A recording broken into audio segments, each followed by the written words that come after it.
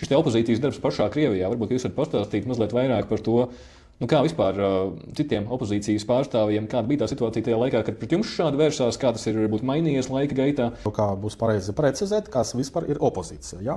Jo faktiski opozīcija tas ir kaut kāds fenomens, kurš ir tikai demokratiska sistēma. Ja? Piemēram,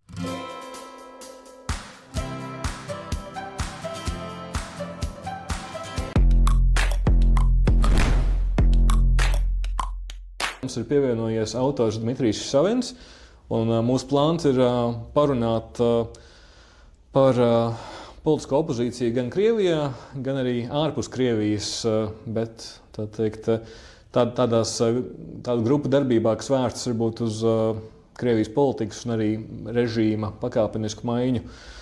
Es varbūt, Savina kungs, palūkšu jums mazliet pastāstīt par sevi, lai klausītāji saprot, ar ko mums ir darīšana. Labvakar. Pirmkārt, paldies par ielūgumu. Nedomāju, ka būs ļoti pareizi daudz runāt par sevi.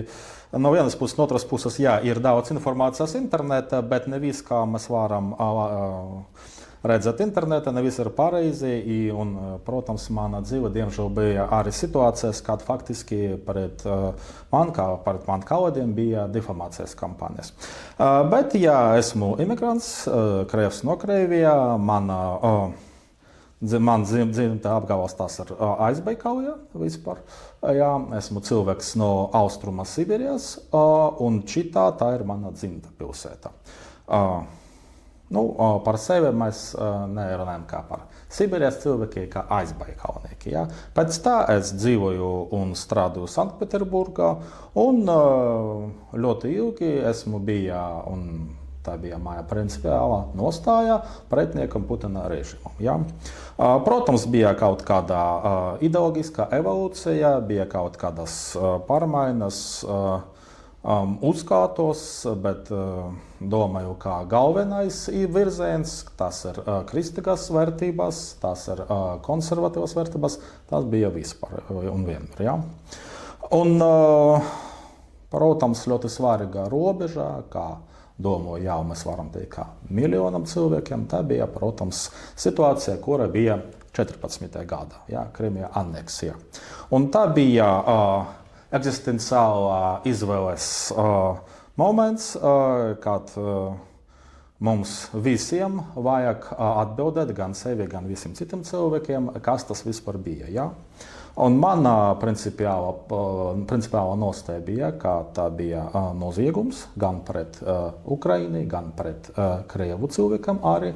Un kāpēc es domāju, ka arī pret Krievijām, es par to arī varu pastāstīt. Un pēc tā bija sadarbība ar vienam mediju resursam Ukrainā. Šodien tas ne pārāk slavenās varbūt resurss, bet bija laiki, kad bija slavenās, jā, Piotra Imaziepa. Esmu bija autoram šajā medijā.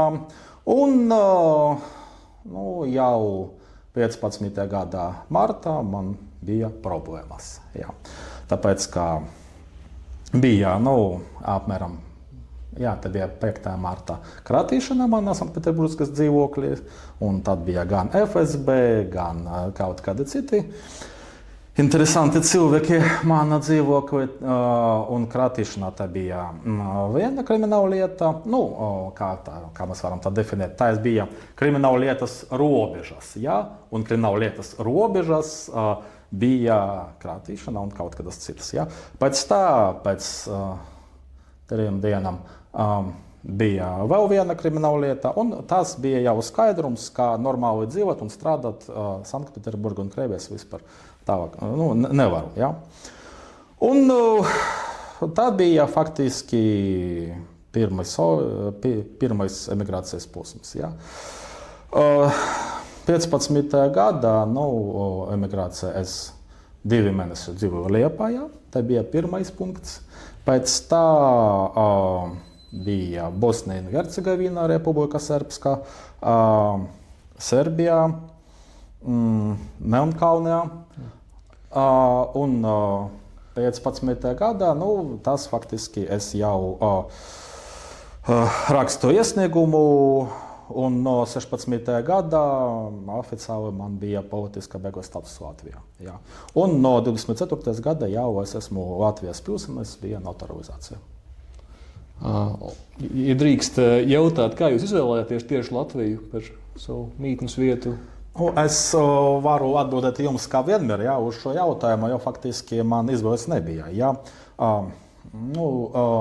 Mums bija kaut kādā sadarbībā ar okupācijas muzejiem jau, piemēram, 13. gadā tas bija. Un tāpēc man bija Latvijā oficiāla juridiska persona, viens nodibinājums. Faktiski šis nodibinājums nestrādāja, bet oficiāla juridiska persona bija. Un tāpēc man bija vīza. Un tā bija galvenā. Ja? Un pēc tā, ja tu esi bēglis, kas ir galvenais dokuments, tas ir Dublina līgums. Ja. Un Dublina līgumā mēs varam tam izlasīt, ka, ja tev ir, piemēram, vīza, tas būs šai valsts atbildībā visi jautājumi. Un faktiski, tāpēc, ka man bija Latvijas vīza, man nebija variantu citu. Ja? Bet, protams, tā bija situācija 15. gadā, un pēc tā es dzīvoju Latvijā, strādāju Latvijā, un šobrīd šeit ir mana māja. Protams, es neesmu latvietis, esmu krievs, bet es domāju, ka vispareizāk es varu par sevi teikt, faktiski, kā par mani Wikipēdijā ir Latvijas krievu rakstnieks, jo es esmu Latvijas pilsonis, un Latvija ir mana valsts. Bet es arī etniskais krievs, tas ir mana etniskā piederība, un es nevaru to mainīt, un godīgi sakot, es negribu to mainīt. Es esmu krievs, protams, un mana dzimta valoda ir krievu valoda. Un šobrīd situācija vēsturiska ir tādā, kā mēs varam redzēt, ka, manuprāt, mums visiem ir kopīgais ienaidnieks, kopīgais pretinieks. Tas ir Putina režīms, bet arī ne tikai. Mēs varam runāt tikai par Putinu. Jo problēma ir dziļāka, un par to varam šodien arī, es ceru, ka varam parunāt, jo tas nav tikai par Putinu, un tas nav tikai par Krieviju un Krieviem. Ja? Faktiski šodien mūsu realitāte mēs varam redzēt dažādi draudi. Situācija tieši ir bīstama, un faktiski tā ir kaut kāda jauna globāla konfrontācija. Ja? Faktiski, ka jauns augsta karš. Un šajā jaunā kara apstākļos mums ļoti svarīgi saprast, ka faktiski mums ir kaut kāda jauna frontes līnija, jauna robeža. No vienas puses tas ir kaut kāda koalīcija, par kuru mēs varam runāt par brīvu pasauli. Tas ir vēsturiska definīcija. No otras puses, interesanta koalīcija. Tas ir faktiski kā savienība neopadomju režīmam, neokomunistiskam režīmam un dažādiem citiem sistēmām. Un tas ir pamats. Ja?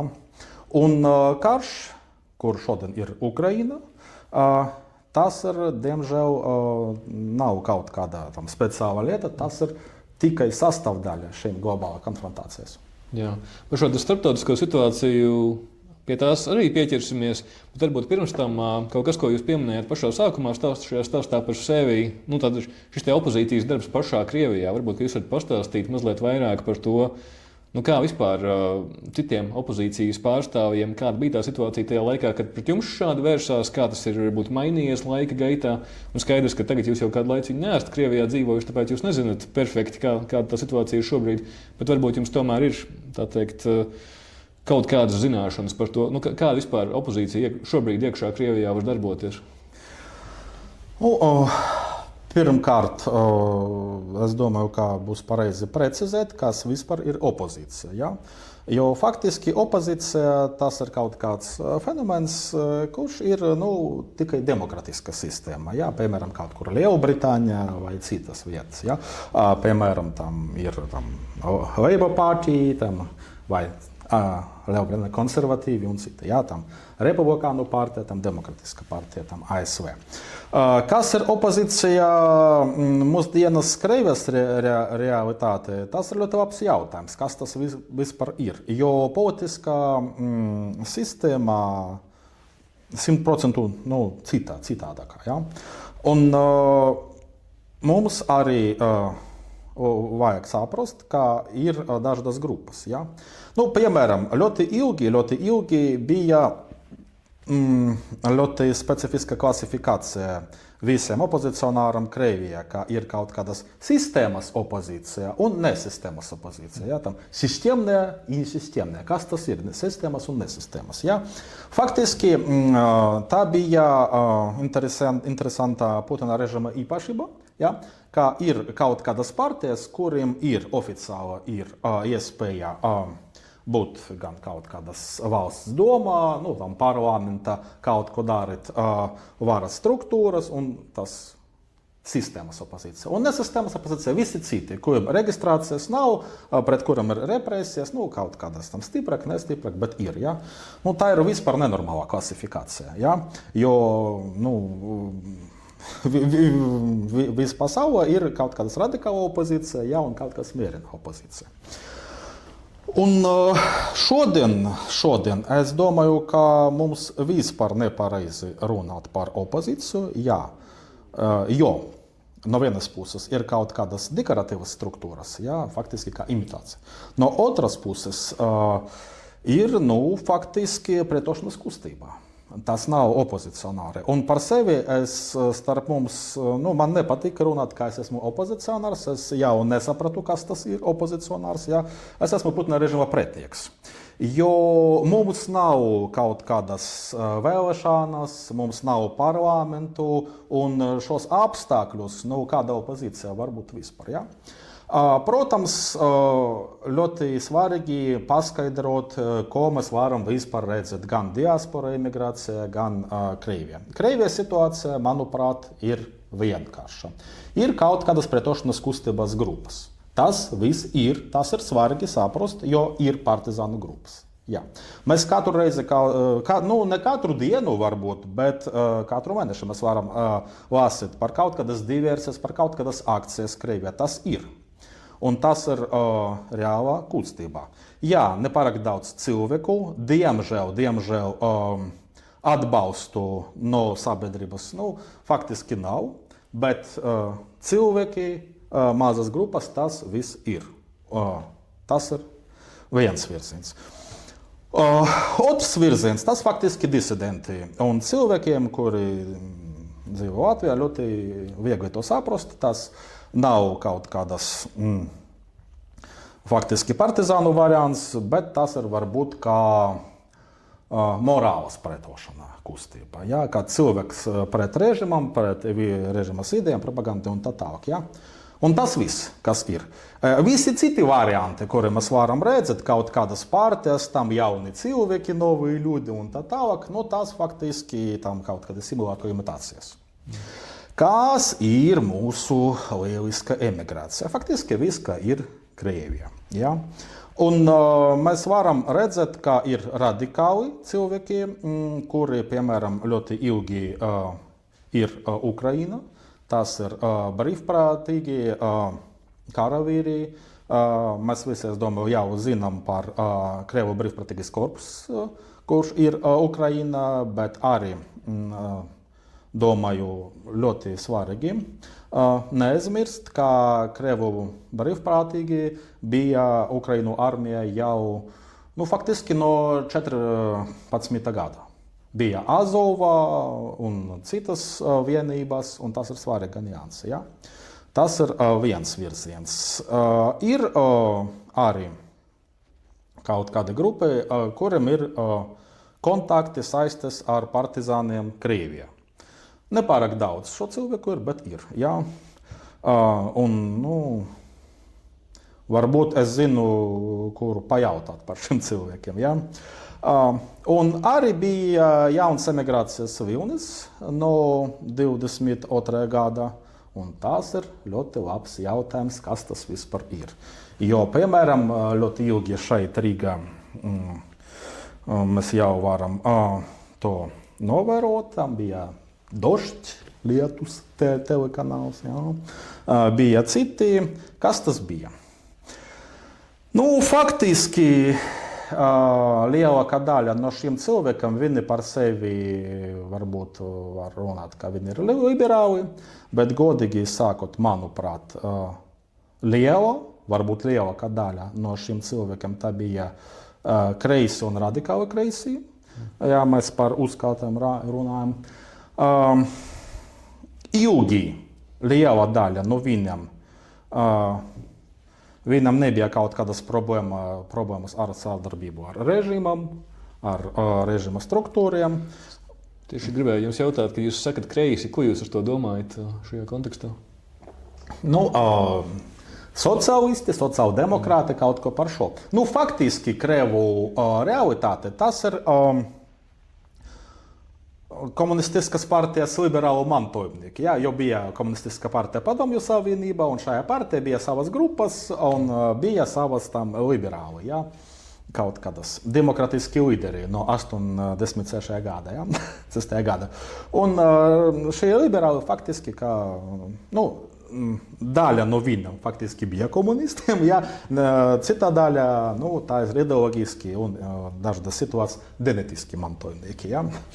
Un šajā kontekstā, protams, šim cilvēkam vispār bija kaut kāda savi uzskati, un viņi domā, ka situācija, kura bija Krievijā apmēram 18. gada, tā bija normāla situācija. Un viņa uzskatu specifika ir tāda, ka viņi domā, ka Latvija ir kaut kādas radikāls nacionalisms, etnokrātija un visu un tā tālāk. Bet bija kaut kāds pārmaiņas 22. gada, viņi jau emigrācija, un emigrācija, nepārāk ērti par to runāt, bet kas ir, tas ir, Un bija kaut kādas pazīmes. Un ar telekanālam Dožds mēs zinām, kas to darbojas. Un tā ir liela grupa mūsu emigrācijā. Un faktiski, viņi domā, ka Putins tas ir kaut kas nepārāk slabs cilvēks, varbūt tas ir varbūt arī pats slikts cilvēks, bet vispār, kā bija Krievijas federācija apmēram 2018. gadā vai 2013. gadā, tā bija ideāli, izcili, un mums to jārestaurēt. Un ar šiem cilvēkiem komunicēt ļoti grūti, jo šeit arī ir principiāla robeža, kur ir pretošana kustība, un kur ir kaut kāda iekšā opozīcija Putina režīmam. Jo, piemēram, pretošanas kustībā, tam ļoti vajag visu saprast, ka galvenais ienaidnieks tas ir šīs režims, šī valsts faktiski. Tāpēc, ka Krievijas federācijas tā nav Krievu nacionāla valsts. Tā ir neopadomju valsts. Un arī Krievijam tas ir eksistenciāls ienaidnieks. Bet ir cits viedoklis, ka Krievijas federācijas tas ir mūsu valsts, tā ir mūsu dzimtene, mūsu tēvzeme. Un varbūt Putins tas ir slikts cilvēks, varbūt bija kaut kādas kļūdas, bet tas vienmēr būs mūsu zeme, mūsu valsts. Baltijas valstis ir etnokrāti un neonacisti. Un pēc karu, pēc kaut kāda miera līguma mēs varam visu atjaunot. Un dzīvosim tālāk, kā mēs dzīvojam tam apmēram 13. gada. Un tas ir cits viedoklis, tas nav pretošanas kustības virziens. Un, protams, šeit mēs varam redzēt, ka ir faktiski principiāls konflikts starp šiem virzieniem un šiem uzskatiem. Varbūt vēl mazliet tomēr atgriežoties pie tās darbības iekšā Krievijā. Jūs minējāt to disidentu virzienu. Varbūt kas ir tās robežas, kurās disidenti pašas Krievijas ietvaros šobrīd var darboties, līdz kādai robežai pret viņiem netiek vērstas represijas un kad tiek? Ir informācija kaut kādā publiskā telpā, protams, problēmas būs obligāti. Jo mēs arī redzam, ka šeit ir attīstība visur vienā. Jā, tas soli pa solim būs grūtāk un grūtāk. Jā. Un šodien mēs arī zinām, ka ir ļoti daudz jaunu kontrolu instrumentu, piemēram, internetā. Ir katru dienu jaunas represijas iespējas, protams. Kāda problēmas, kur un kāda var būt visur. Universitātes, skolas, darba vietas, ar kaimiņiem. Tas ir gan morāls spriedums, gan kaut kādi draudi. Un arī mūsdienas likumi, kur ir šodien Krievijas federācija, Putina Krievijā, tā arī ir ļoti labs jautājums, jo faktiski šodien represijas līmenis, es domāju, ka augstāk, nedomāju, mēs zinām, augstāk nekā, piemēram, bija Brežneva laikā vai Hruščova laikā. Dažādas situācijas tas ir tieši kā Stalina laika bija. Piemēram, par komentāru Facebookā vai Facebookā arī. Facebook tas ir noslēgta sociāls tīkls. Ir kaut kāda tam kontakte, ja? Un par komentāru ir situācijas, kad cilvēkam, bija sots tam 5-8 gadu cietuma. Un tas ir tikai par, 10 vārdu, ja? Tas ir ļoti nopietna situācija. Ir situācija, piemēram, kad bija kaut kāda saruna, starp faktiski kaut kāda ģimenes telpā, dzīvokli. Un oficiāla pozīcija no speciāla dienesta, jo bija tam, piemēram, 3 vai 4 cilvēki, tas bija publiska agitācija. Un arī tam, 3, 4, 5 gadu cietu. Atvainojiet, bet arī Andropova vai Brežneva laiku tā nebija. Bet šodien tas ir Krievija. Un būt disidentiem mūsdienas Krievijā ļoti, ļoti smagi, ja tas nav kaut kāda parasta. Faktiski tas ir mūsu jauni varoni, un citi varoni tas ir mūsu partizāni. Jā. Un arī interesanti redzēt, ko, piemēram, emigrācija mūsu liberālu medijos. Par to ļoti maz informācijas. Par partizānu, par viņu akcijas, jo viņi domā, ka Krievija tā ir mūsu dzimtene, partizānu grupa, tas ir vai viens variants tam kaut kādas stulbi bērni, tas ir kaut kāda Ukrainas agenti, vai cits variants, tas ir nacisti un nacisti, kur ir pret mūsu dzimteni. Jā, mēs esam pret Putina, bet mēs par liberalizāciju, par reformām, partizāna kaut kādas tam vārdarbība, tas ir mūsu zemi.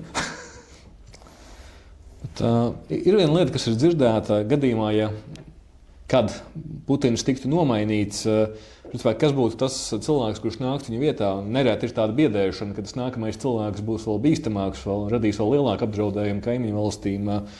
Vai, respektīvi, domājot par tiem disidentiem, kas darbojās Krievijā, droši vien arī varētu būt kaut kādas grupas, kas, tā teikt, varbūt pārmetam esošajam režīmam, tieši pārliek lielu liberālismu, gan jau arī tādas grupas ir, vai ne? Un vai tā attieksme ir atšķirīga pret tādu veidu grupām, kas tieši vēlētos tādu, agresīvāku Krievijas ārpolitiku, piemēram? Manuprāt, tas vispār stāsts ne par kaut kādām personām. Jā. Galvenā problēma un galvenais draudz, tas vispār neopadomju sistēmā. Kas tas ir? Jo ļoti svarīgi saprast, ka nekādas revolūcijas Krievijā nebija tam 91. gada. Faktiski, kad bija komunistiska partija un bija, tas ir arī padomju laika definīcija, varu aparāts, ja? Un šis varu aparāts funkcionēja tālāk. Jā, oficiāli tā nebija jau marksisms-leninisms, bet faktiski tas visi cilvēki, kuri bija padomju laiku. Un šī sistēma, tā ir ļoti bīstama sistēma, un tas nav kaut kāda unikāla lieta, ja? Jo ir, diemžēl, sarkana tīna, tas ir galveni sabiedroti. Un Tāpēc es domāju, ka, protams, pēc Putina būs kaut kāda liberalizācija. Tas obligāti, jo nākamais līderis nebūs stiprāk nekā Putina un tā tālāk, protams. Bet galvenā problēma ir sistēma, un šī sistēma vienmēr būs agresīva. Kāpēc tā? No vienas puses viņam ir savu viedokli, savu ideoloģiju. Jo šā ideoloģija, Krievijas federācija, tā ir kā dabiskais mantojumnieks, Padomju Savienības dabiskais mantojumnieks. Ja? Tas ir kā kodols, kā centrs. Un ir kaut kādi citi padomju republikas, bijušas padomju republikas. Un viņam ir uzskats, ka tas ir kā dabiska ietekmes zona. Ja? Piemēram, kas bija padomju laikā? Ir Padomju Savienība un viņam ir Austruma Eiropā kā ietekmes joma. Ja? Faktiski tā bija Brežneva modelis, Brežneva doktrīna oficiālā. Ja? Šodien mēs redzam, ka šī Brežneva doktrīna bija realizēta šeit, jo ir Krievijas federācija kā jauna versija Padomju Savienības jaunas versija, ja? Un ir kaut kādas dabiskā ietekmes zona, tas ir bijušas padomju republikas. Kāpēc galvenie nacisti šeit, Baltijas valstis? Tāpēc, ka tikai šeit mēs varam redzēt normālas pilnvērtīgas demokrātijas sistēmas, nekādas citas vietas nav bijušas padomju republikas, un tikai šeit ir Eiropas Savienība un ir NATO. Un tāpēc neopadomju režīmam gan Igaunijā, gan Latvijā, gan Lietuvā tā ir kaut kāda eksistenciāla pretinieki, fašisti. Kas ir fašists šī uzskatu sistēma? Fašists ir neopadomju sistēmas pretinieks un viss, nekādu citu. Ja tu esi pret Putina režīmam, ja tu esi pret 9. māja šizofrenijai, tu esi fašists, būsi tam. Un vienalga, vai tu latvietis, nelatvietis, demokrāts, liberāls, kreis, fašists vienmēr. Ja? Jo padomju sistēmais pretnieks vienmēr ir fašists. Un tāda sistēma. Tāpēc šeit ir fašisti. Ļoti viegli saprast. Ja? Un būs Putins vai nebūs, galvenā, ka mums vajag mainīt ne tikai kaut kādas personas, un pat ne tikai institūcijas, bet ļoti svarīgi mainīt gan kaut kādu, atvainojiet, inteligences daļu un vadošanas slānu eliti. Ja? Tas nav pilnvērtīga elite, tā ir faktiski nomenklatūra. Tad šis punkts patiesībā ļoti interesants par to, kāpēc mūs uzskata par fašistiem. Bet tad jautājums jums varbūt, tas sanāk, ka tas izriet no tā, ka mēs esam uzbūvējuši šeit demokrātiju. Un tas principā jau kā sistēma mūs padara par tiem viņu sistēmas pretiniekiem. Tad jautājums, cik lielu lomu tur spēlē varbūt kaut kāda mūsu amatpersonu agresīva retorika pret Krieviju. Ir cilvēki Latvijā, kuri mēdz pārmest mūsu amatpersonām, ka ja vien jūs tik agresīvi nerunātu par to Krieviju, tad viņi pret mums tik neidīgi neattiektos. Vai šādiem uzskatiem ir kaut kāds pamats, vai tas drīzāk ir tādas naivas cerības? Godīgi sakot, es domāju, ka vienmēr visiem politikam, ja viņi ir politiki, nevis populisti, jādomāt par to, ko viņi runā publiskā telpā. Ja? Bet šeit arī ļoti svarīgi mums saprast, ka ir ļoti liela atšķirība, kas ir Krievija, piemēram, etniski Krievija šeit, un kas ir Krievija kā valsts, Putina valsts. Un starp mūsu Krievijam arī ir ļoti daudz un ļoti svarīgas atšķirības. Par to, kā tu vari ieteikmēt, es domāju, vispār nekad, jo arī svarīgi saprast, ka neopadomju režīms Krievijas federācijā, Krievijas federācijā, man nepatīk to saukt, ka ir Krievija, labi. Putina Krievija, tas nav Krievu nacionāla valsts. Un tas nav kaut kāda sistēma, kurai vispār ir interese, Krievu interese, kuriem ir kaut kādas domas, kā mēs varam kaut ko organizēt uz labāku mūsu Krieviem. Viņam par to vispār nekāda domas nebija.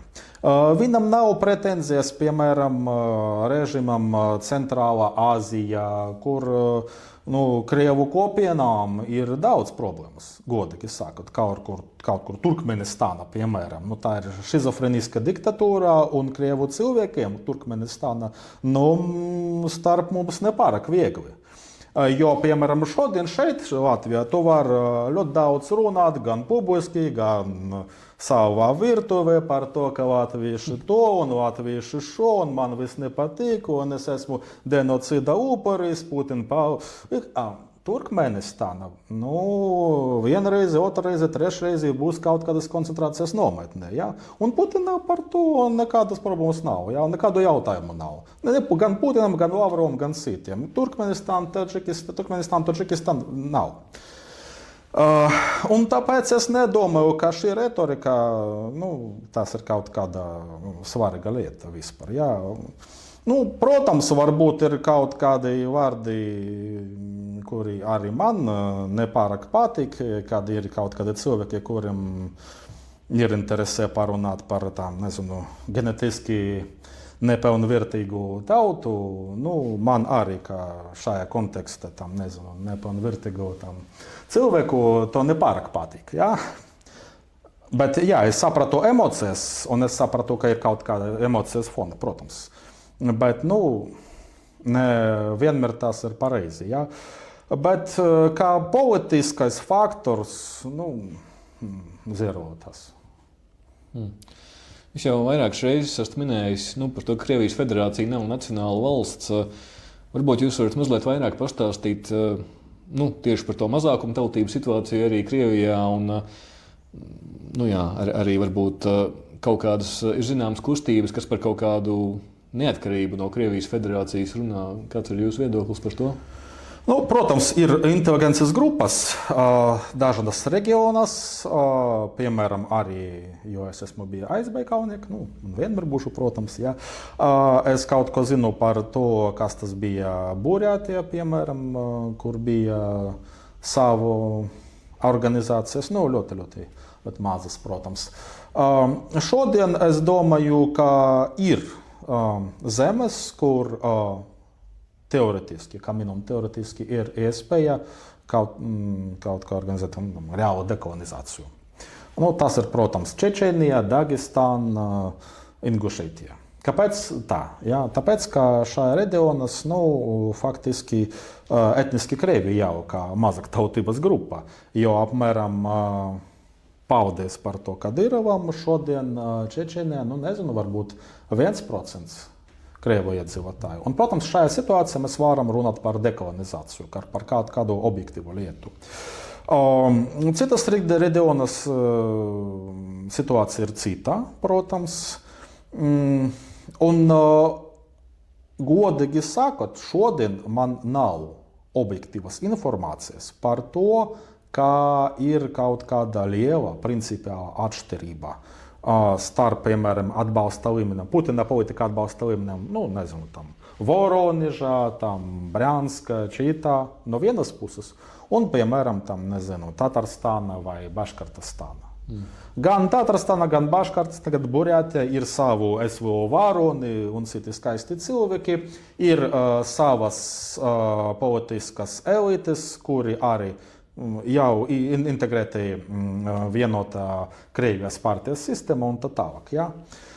Bet arī ir otra ļoti svarīga puse, šais problēmas ļoti svarīga puse. Ja? Kad mēs vispār runājam par Krieviju, kas tas ir Krievija šodien? Ja? Jo, manuprāt, šeit ir ļoti principiāls jautājums, ļoti principiāla lieta, kas ir vēsturiska Krievu identitāte. Nacionāla identitāte, etniska kultūras identitāte, un no otras puses, kas ir padomju identitāte. Jo, diemžēl, šim padomju eksperimentam bija kaut kādi rezultāti, un padomju cilvēks, tas ir, diemžēl, mūsu realitāte. Un faktiski, piemēram, kad šodien mēs runājam par situāciju šeit, Latvijā, ja, par Krievu kopienu, tas nav Krievu kopiena. Faktiski lielākā daļa no Krievu aktivistiem, tas ir padomju aktivisti, tas ir padomju identitātes nesēji. Un tā ir ļoti svarīga nianse, jo šī cilvēki, kuriem faktiski vistuvākā padomju identitāte, viņi ir gan starp etniskiem kreiviem, gan baškiriem, gan citiem. Ja? Un tā ir problēma, jo šīs identitātes avots tā ir totalitāra režīma kvazi kultūra un totalitāra sistēma vispār. Tas ir, mēs varam to definēt kā faktiski kā vēsturiska trauma, ja, kā kaut kāda cilvēciska mutācija.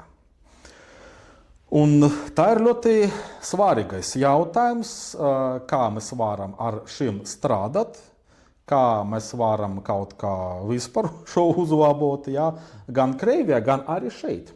Jo, jā, vispārreizi, vēsturiski, etniski Krievi bija Latvijā. Ja? Mēs zinām, piemēram, 1940. gadā, pirms okupācija, bija apmēram 10% etniski Krievi.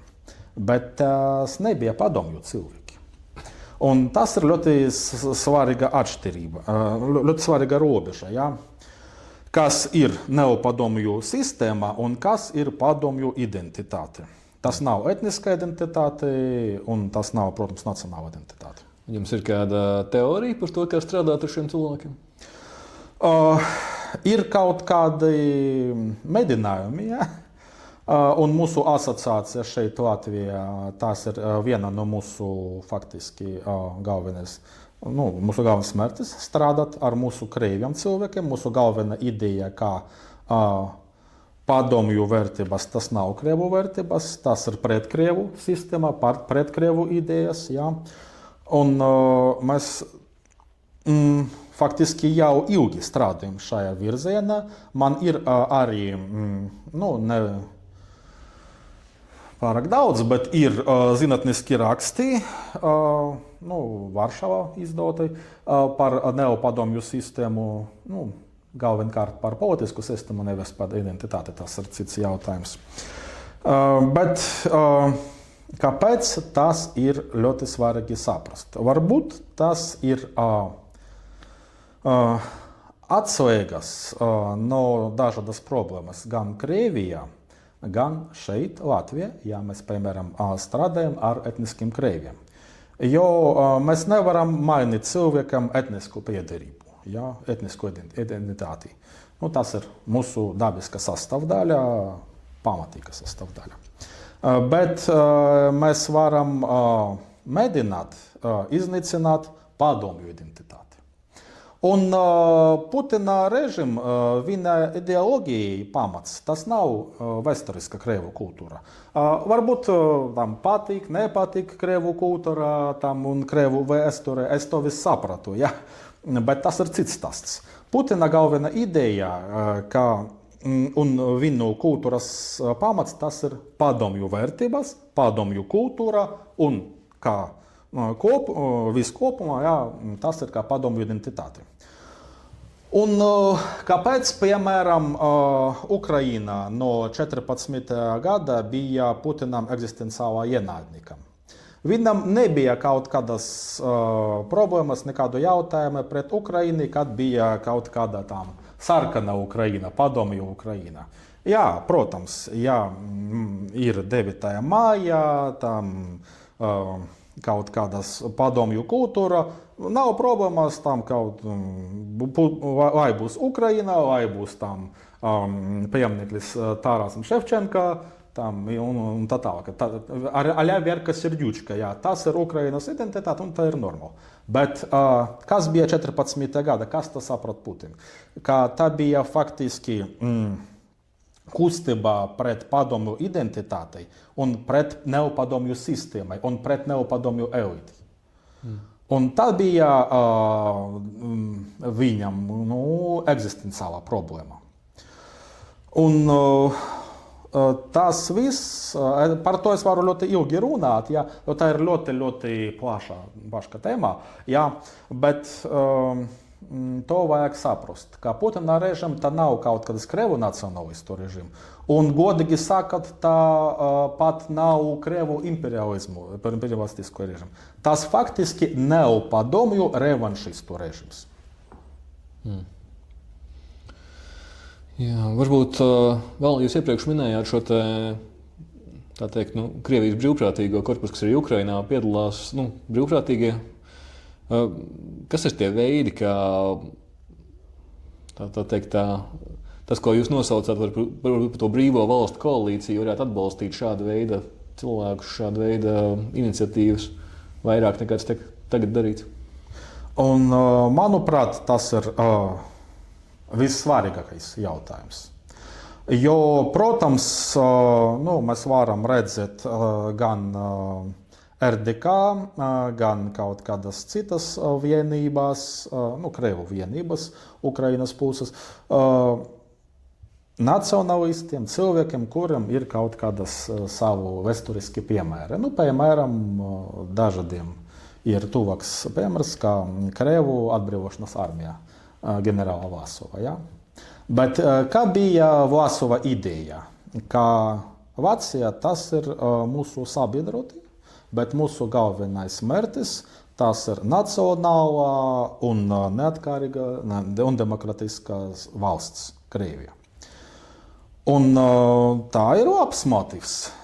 Un vispār bija 10 000 cilvēki brīvprātīgi. Ja? Šodien, ja mēs runājam piemēram par Krievu brīvprātīgu korpusu, galvenais jautājums labi. Šodien ir aktuāls uzdevums palīdzēt Ukrainai. Bet atvainojiet, korpusa locekļi, korpusa karavīri, viņi ir Krievi, viņi ir galvenokārt Krievu pilsoni, un kas būs pēc tā? Jo labi, tas ir ļoti laba lieta palīdzēt Ukrainai, bet būs mums palīdzība. Pēc tā, kad mums būs jauns mērķis, jauns uzdevums atbrīvot jau Maskavu. Un tas ir svarīga nianse, jo Ukraina ir savi uzdevumi, un tā ļoti vienkārši saprast, ka ir starptautiskas Ukrainas robežas, tam 91. gadā, un tas ir uzdevums. Ja? Kad Ukraina atkal būs savu robežas, viss būs labi. Ja? Un šeit ļoti svarīgi mums visiem, manuprāt, saprast, ka tas nav tikai par Ukrainu, tā nav tikai par Krieviju, tas ir par ko mēs jau runājam, ja? Globāla konfrontācija. Jo faktiski šodien mēs redzam konflikts, kur ir divi virzieni, divas nostājas, un starp šiem virzienam nekādu mieru nekad nebūs. Jo gan komunistiska Ķīna, mēs varam redzēt, kur ir neokomunistiska sistēma, tā ir Ķīna, Ziemeļkoreja, piemēram. Mēs varam redzēt neopadomju režīmi gan Krievijā, gan Baltkrievijā, ar saviem īpašībām, Turkmenistānā, Tadžikistāna, Uzbekistāna, tā ir savas nianses, bet arī ir gan neokomunistiskas režīmi, gan ir neopadomju režīmi. Mēs redzam arī, kā ir, piemēram, komunistiska Kuba. Venecuēlā situācija ir interesanta, šobrīd nekā bija, bet arī tā ir problēma, un tā ir jau koalīcija. Protams, Irāna vēl viens specifisks loceklis, bet ir. Ja? Un viņam ir kaut kādas savu nākotnes tēls, ko viņi gribēja. Ja? No otras puses ir ļoti daudz tautas, valsti, kuriem teoretiski demokratiski. Ja? Protams, mums ir savas problēmas, savi konflikti, savas atšķirības, bet ir kaut kādas kopīgais pamats mums. Un šis konflikts, tas ir globāls konflikts, un diemžēl man par to ļoti nepatīk runāt, bet es nedomāju, ka karš Ukrainā, tas ir pēdējais karš šajā konfliktā. Būs tālāk. Mēs zinām, ka ir problēmas Taivānā, vēl viens aktuāls virziens, bet ne tikai, protams. Un šeit, Latvijā, arī mums ir savi draudi, jo kaimiņu valsts mēs zinām, jā, specifisks. Un hibrīd karš pret Latviju, es domāju, ka diemžēl tas ir reāls drauds. Jo es nedomāju, ka varbūt tas būs kaut kādas atverts uzbrukums, bet proxy konflikts, jā, kaut kāda hibrīda uzbrukuma varianta, jā, tas ir jau reāli. Un būs ļoti, ļoti liels šis drauds, manuprāt, jau pēc mierīga līguma Ukrainā. Un, jā, mēs runājam par globālu konfliktu, par globālu konfrontāciju, protams, jāsaprot, ka tie Krievu cilvēki, kuri ir gatavi, būs aktīviem šajā konfliktā, kuri gatavi ar ieročiem būt. Tas ir, atvainojot, ļoti svarīgais un vērtīgs resurss. Un šajā kontekstā, protams, ar šim cilvēkam jārunā un arī jārunā par to, kas būs pēc teoretisko uzvaru situācijā Krievijā. Ko, godīgi sakot, Eiropa, ASV un vispār brīvā pasaule var dot šim cilvēkam? Tas ir svarīgais jautājums, un diemžēl par to faktiski nekādu nebija nevienu pozitīvu signālu. Bet mēs nevienreiz dzirdējām par to, ka gan no ASV, gan no Briseles puses, ka mēs negribam mainīt režīmu Maskavā. Galvenā kā ir, kad būs miers, būs labi mierīgu līgums, un pēc tā tam būs tirgošana, būsim vēlreiz lieliem draugiem, un tas nebūs ļoti grūti, jo gan mūsu Latvija ir savu čekisti, un bija Latvijas gāze arī vīni, un daudzas jomas, viss būs labi. Nedomāju, ka tas ir gudrā un atbildīga politiska nostāja. Mums vajag domāt plašāk un dzīvāk, ja godīgi. Kā jūs to skaidrojat? Tas varētu būt saistīts. Ir dzirdēta tā teorija par to, ka rietumu politiķiem ir bail, ka nestabilitāte Krievijā varētu radīt kaut kādus riskus saistībā ar kodola arsenālu, respektīvi, ka kodola bruņojums varētu nonākt kaut kādu neprognozējamu grupu rokās. Vai tā ir tāda saprātīga baža? Nē, protams, tas ir loģiski no vienas puses. No otras puses mēs redzam, ka tā ir klasika, komunikācijas klasika gan ar gopnikam mana bērnībā, gan ar komunistiskiem režīmiem mūsu vēsturē. Ja? Piemēram, mēs varam domāt, jā, varbūt būs kādas problēmas, ko būs ar kodola ieročiem, bet ko mēs redzam vēsturē? Piemēram, mēs zinām, ka komunistiskai Ķīnai ir kodols ierocis. Un galvenais jautājums, kur bija šim ieročiem avots? No kuras vietas tas bija? Varbūt ASV, varbūt Lielbritānija, nedomāju. Protams, Padomju Savienība. Tā bija dāvana no Padomju Savienības. Arī mēs zinām, ka šodien ir kodols ierocis gan Pakistānā, gan Ziemeļkorejā. Arī interesanti pajautāt, no kuras vietas? Ja? Un mēs arī zinām, starp mums, es domāju, ka nebūs pārāk grūti precizēt līdz konkrētam uzvārdiem, kuri cilvēki to darīja Ziemeļkorejā. Un mēs arī zinām, ka Ziemeļkoreju un Pakistānu kodola ieroču programma, tā faktiski bija viena programma. Viņi strādā kopā. Tā bija arī interesanti. Un pēc tam jautājums, kodola ieroci jau ir Ziemeļkoreja, jau ir Pakistāna.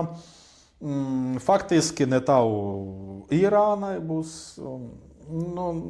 Tas ir, drauds reāls, bet tas ir jau mūsu realitāte. Un faktiski šodien, manuprāt, mums jāsaprot, ka alternatīva ir ļoti vienkārši. Viens variants. Komunistiskas Tinas karaspēku bāzes kaut kur, nezinu, tam Poļskavas apgabalā pie mūsu robežam. Tas ir viens variants. Ceram, ka pie mūsu robežam, kā ne Daugavpilī, piemēram. Otrais variants, otrs virziens, tas ir NATO bāzes kaut kur Mongolijā. Es domāju, ka tas ir labākais variants. Un tas ir strateģisks mērķis. Jā, varbūt par to globālo konfrontāciju runājot, vēl varbūt vienīgais par šīm divām koalīcijām. Jūs jau pieminējāt, ka mums ir savi strīdi mūsu brīvo valstu starpā. Kā jūs redzat šos strīdus starp otras puses valstīm, starp to pašu Krievijas federāciju un Ķīnu? Skaidrs, ka arī Ķīnai droši vien ir savas intereses attiecībā uz Krievijas federāciju. Protams, viņam ir savu kaut kādas pretrunīgas lietas, jo ķīnieši vispār tā vēsturiski bija ļoti sarežģīti partneri visiem. Visi, kuriem bija kaut kādas lietas ar viņam, kaut kāds bizness par to ļoti labi zina. Bet viņam arī ir saprotams, ka viņi ir viņam ir kaut kāds kopīgais pamats. Mums arī šeit ļoti svarīgi pareizi novērtēt, ka tas nav kaut kas etniskais vai nacionāls konflikts. Tas pirmkārt ideoloģisks konflikts. Un tā ir. Un tāpēc, ka tā ir ideoloģisks konflikts, jāsaprot, ka fronte līnija šeit tas ir ļoti specifiska. Jo komunistiska Ķīna, viņam bija sava transformācija, bija kaut kādas ideoloģiskas mutācijas, bet ideoloģiskais kodols un, piemēram, nomenklatūras kodols viņam, kad bija gan Mao laika, gan šodien viens. Un viņam, diemžēl, ir savu sabiedroti gan Rietum Eiropā, gan ASV, gan, nedomāju, kā man būs vairāk draugu pēc tā, gan viņam ir sabiedroti šeit Latvijā. Jo, diemžēl, šodien Latvijā ir kriptokomunistiskas neolielnieku grupas, un tā ir ļoti liels drauds mums visiem. Un faktiski tas ir gan Sarkanā Ķīnās, gan Krievijas sabiedroti šeit. Viņi var par sevi runāt, ka mēs esam kaut kādas jauni cilvēki, kuriem ļoti svarīga gan Palestīna, gan Venecuēla, gan citur, tam LGBT un tā tālāk un citur. Bet faktiski viņas ideoloģiskais pamats tas nav marksisms, un tas ir kopīgais pamats Sarkanai Ķīnai. Un tas ir faktiski, es sapratu, ka lielākā daļa no viņiem varbūt tā ir cilvēki, kuriem ir kaut kāda sava ideja, bet atvainojot noderīgi idioti. Kreisi radikāli, tas ir ļoti liels drauds. Un viņam ir sava politiska jumta gan Eiropas Savienībā, gan šeit Latvijā. Mēs visi zinām partijas, kuri faktiski darbojas, kā šī politiska jumta šim grupam. Un tāpēc mums arī svarīgi saprast, ka NATO tā ir mūsu drošības pamats. ASV tās ir mūsu vēsturiski sabiedroti, un mums ļoti svarīgi normalizēt kontakti ar viņiem. Bet arī jāsaprot, ka šodien Austrum Eiropā ir savu vēsturiskā loma, ļoti svarīga. Es domāju, tas ir principāla nostāja, ka šodien ir vēsturiskais posms, kad Austrum Eiropai faktiski būs kā galvenais spēks mūsu koalīcijas un kā jauns NATO pamats. Un šajā kontekstā mums ļoti svarīgi pareizi novērtēt mūsu vēsturiskie apstākļi. Jo, piemēram, pirms okupācijas laiku, kad bija ideja Baltijas antante, mēs zinām, ka bija problēma, jo bija konflikts Polijā un Lietuvā. Un viņam vienmēr bija tam savas kaut kādas nianses. Bet šodien šos problēmas nav. Un šodien mēs varam šis plāns realizēt. Un faktiski šodien Polijā tas ir mums visiem konservatīviem cilvēkiem, kā ideoloģiskā bakā. Jā, tas ir ideāls piemērs. Ko darīt ekonomiskā jomā, ko darīt politiskā jomā, arī kā strādāt ar mazāktautības grupām un ar migrantiem. Polijas piemērs, manuprāt, 100% ideāls piemērs. Un Polijā tas ir centrs, tas ir kodols, politisks kodols Austrum Eiropai NATO telpa. Un tās ir mūsu dabiski sabiedroti, ar kuriem mums vajadzēs strādāt, un šeit mums vajadzēs 1000% konsolidācija. Un tā ir ļoti svarīgi, un tas ir mūsu vēsturiskā iespēja. Kopā ar mūsu kaimiņiem, gan igauniešiem, gan lietuviešiem, kopā ar Poliju, un tālāk varbūt būs kaut kādi citi varianti. Mēs varam stiprināt NATO, mēs varam mainīt un stiprināt Eiropas Savienību, un mēs varam efektīvi strādāt ar ASV. Jo mēs zinām, ka šodien ASV ir cilvēki, kuriem ir savu viedokli, un kuriem vissvarīgāk, cik daudz tev ir naudu un cik daudz spēku. Šeit mēs varam kaut ko darīt, un mums būs labs pamats mūsu dialogam. Ja? Bet tā ir svarīgi un vissvarīgākais šajā kontekstā.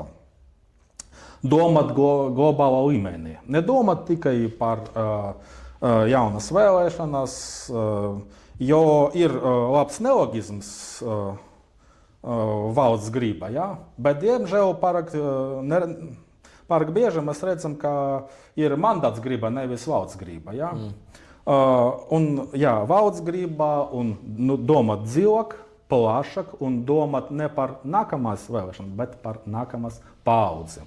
Un tad būs labs virziens, un šajā virzienā būs risinājumi. Tas ir ļoti labs novēlējums, uz kura vēlēšanu gadā beigt. Es domāju par to, ka attīstīties Eiropas Savienībai būtu ļoti interesanti ar jums parunāt, bet par to varbūt ir nākamreiz. Un es domāju, ka varu jums teikt ļoti lielu paldies par to. Paldies jums, jā, bija interesanti.